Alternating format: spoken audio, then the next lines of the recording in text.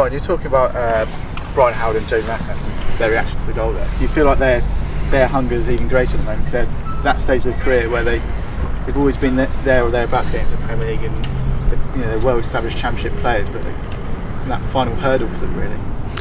Yeah, I mean, what's gone on in the past as far as whether they've got into the Premiership or not is irrelevant to us now. This is the now. This is the only thing that we deal with. But it's not just Joby, and it's not just Brian. It's Andy Griffin, Zerb Kishnavili, Ryan Gamarsson, Brynjar Gunnarsson, Ian Hart.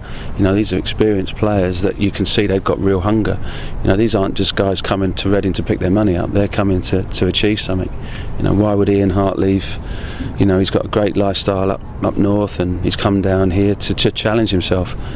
And he's got 8 goals for us, I think, and he's done fantastically well. So it just shows you something about the experienced players in the squad, really. Yeah, I mean, the Premier League and everything. There's a lot of teams this season that are kind of in the pack now. I guess you must be keen to separate that and kick on even more. Yeah, well, so you look at the table. There's a couple that could go down quite a way. A lot of teams could still have a say in the playoffs as well. I think there's lots of teams, still loads of teams still got opportunities. There's 21 points to play for. Loads of things can happen, and things change week by week. The only thing that we're trying to do is maintain a level of consistency, which we've done over the past 8 or 9 games. Yeah, it seems like you've been able to get that winning ugly against Preston now as well. Did you think that was ugly? Well, I've seen uglier than that. It was quite a scrappy game, but I think maybe a couple of months ago that possibly might have ended the draw. I thought it was. We started okay. We got the goal. We didn't really kick on the way I wanted us to. I thought they came out better than us in the second, for the 10-15 minutes when they scored. I think them scoring in a funny kind of way did us a favour. We changed the way we were playing, and I thought last half an hour, 25 minutes, we had great energy.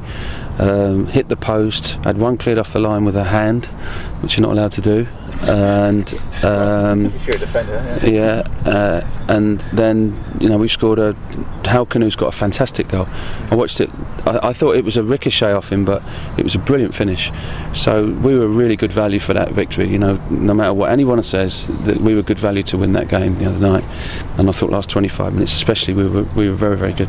Yeah. What was the atmosphere in the change room after that one? Good. Yeah, everybody was in there, and I was really pleased for Howard to get the goal and get the winner. And that's a good thing. We've got players that are on the bench that can make an impact now, make a difference, and all the players that are coming back. So, we're in a good place.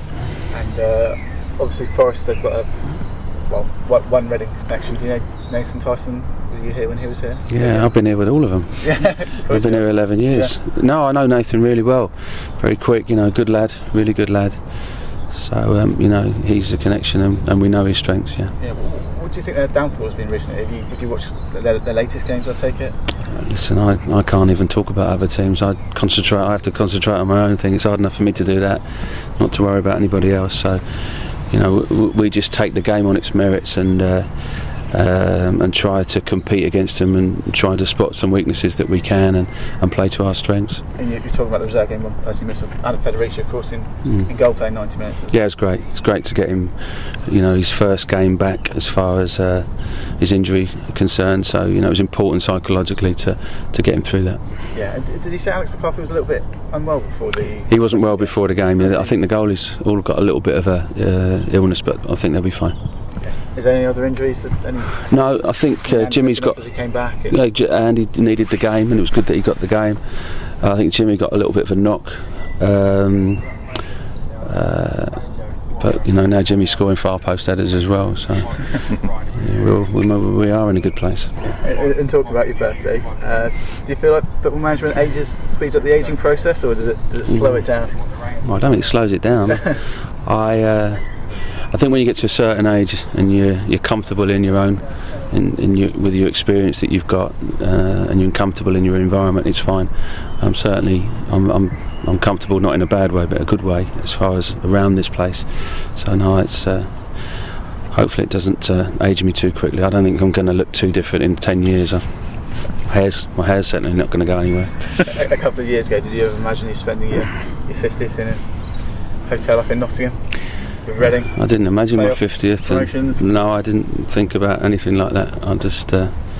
I didn't concern myself about that. But no, it's a good place for me to be. 50 years of age with the lads, and no problem. They can get you anything, do you know? I hope not. But if they do, great. But I don't think so. What's on your wish list this year? A football aside, you know. What does a 50-year-old man need?